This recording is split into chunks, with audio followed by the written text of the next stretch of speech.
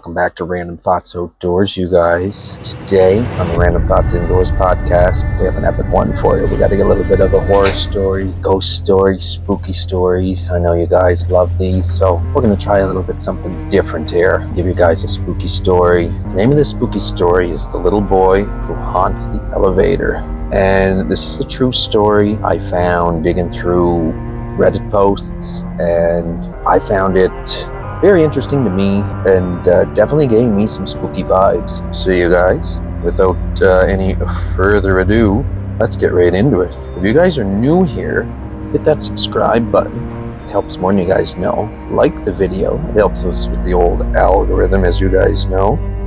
And alright, today we're going to have The Little Boy Who Haunts the Elevator. This isn't fiction. So this isn't fiction. This isn't a movie. This is real. This is a true story from a former nursing home worker, shared anonymously on Reddit. And like I said, that's where I found it, but verified by the chills it sent down my spine when I first read it. It's simple, it's subtle, and it's the kind of terror that lingers. Grab a blanket, turn off the lights, and let's go. Let's get right into it, guys.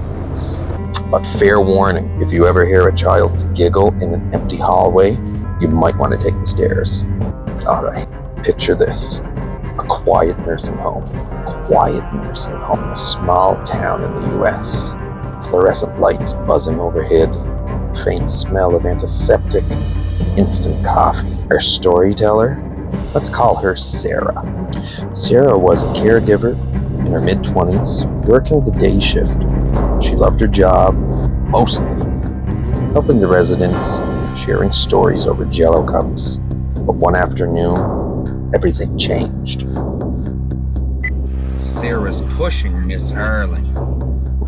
Sweet 82-year-old and a love for crossword puzzles toward the elevator. So she was pushing her towards the elevator. It's the quickest way to the rec room on the second floor. The doors slide open with that familiar ding, and Miss Arling freezes. No, she says, her voice trembling like I've never heard it. Not with him. Sarah chuckles at first, thinking it's dementia talking. Who, Miss H? It's just us.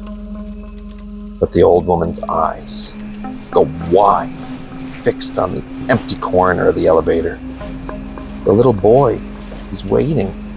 Don't you see him? Sarah looks. Nothing. Just scuffed linoleum and a flickering 3 on the panel. She asks Miss Arling. Anyway, hits the button, and they ride up in silence. But the whole time, the resident's gripping the armrest, whispering prayers under her breath. Sarah brushes it off as a bad day. Until 3 days later. It's Mr. Jenkins now, a gruff Korean war vet who doesn't scare easy. Same elevator, same floor, doors open, and he plants his feet.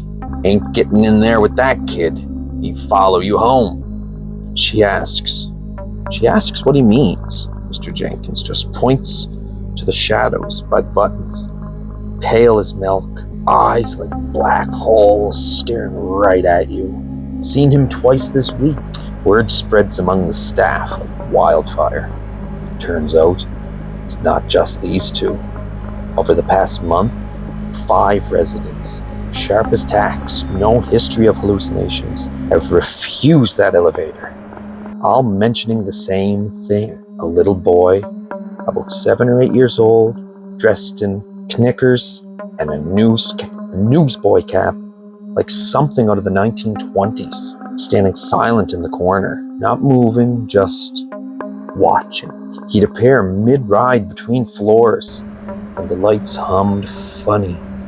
No doors opening or closing to let him in. When you arrived, poof, gone. He was never there. The nurses chalk it up to mass hysteria or faulty wiring. But Sarah, she's not so sure. She starts digging. Old records, staff logs. The building's over 100 years old. Converted from a children's hospital that shut down in the 50s after a fire. Whispers of a boy who died in the blaze. trapped in the elevator shaft. No name, no photo, just a faded note in the archives. Lost, the 3rd floor. That night, Sarah's pulling a double shift. It's 11 p.m. Hall's empty, except for the hum of vending machines.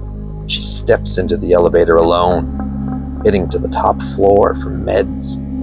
It's 5. The door seals shut. The elevator jolts upwards, past 1, past 2. Between 3 and 4, the lights flicker. A cold draft sneaks up her spine, like someone's breathing on her neck. She glances at the corner. There he is, small. So small he barely reaches her waist. Face like porcelain, cracked at the edges. Eyes, God, those eyes, sunken and endless, locked right on her. No blink, no breath, just staring, as if he's waiting. The elevator dings. Door opens on 5. Empty hallway, empty corner.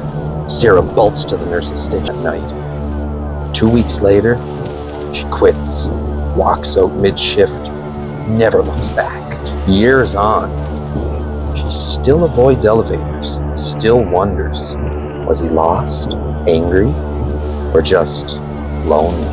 And what if next time the lights flickered, he steps off with you? Well, folks, that's the story. The little boy who rides the shadows. True as the goosebumps on my arms right now. If you've got a brush with the unexplained, drop it in the comments below.